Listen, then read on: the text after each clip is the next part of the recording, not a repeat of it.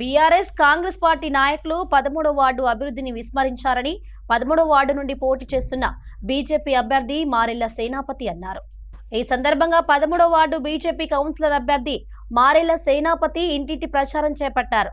BRS Congress పార్టీలు కాసింపల్లికి ఎటువంటి అభివృద్ధి చేయలేదన్నారు.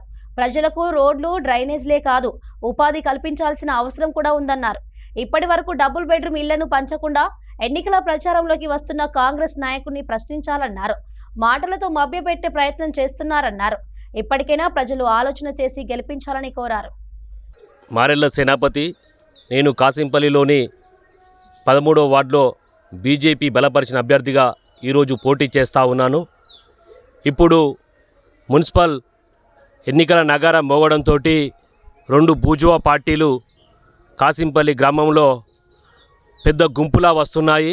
కాసింపల్లి గ్రామ ప్రజలు మీరు ఆలోచించేది ఏంటంటే, గతంలో ఏం జరిగింది, ఏం జరుగుతూ ఉన్నది ఒక్కసారి ప్రజలు విజ్ఞప్తి మంచిగా ఆలోచించాలని కోరుకుంటూ, ఇప్పుడు కాసింపల్లిలో అప్పుడు మోసపూరితంగా 420 హామీలతో వచ్చినటువంటి కాంగ్రెస్ ప్రభుత్వం, గతంలో చేసినటువంటి టీఆర్ఎస్ ప్రభుత్వం ఏం చేసిందో మీరు క్షుణ్ణంగా ఆలోచించండి. ఆలోచించి ఓటు వేయండి.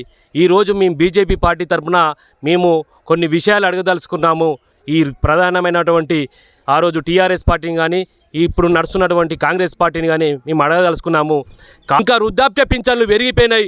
ఏ ఒక్కరికి కూడా ఇంకా పింఛన్లు అందడం లేదు. అప్పుడు ఏదో శాంక్షన్ అయినాయంటే వృద్ధాభక్తి మీద శాంక్షన్ చేసినాయి తప్ప ఇంకా కాసింపల్లిలో వృద్ధాప్య పింఛన్లు మినిమం 200 పింఛన్లు రావాల్సింది ఉన్నది. ఇంకా వీళ్ళు ఎక్కడ సోయి మరి ఓట్లకి అడుగుతారు.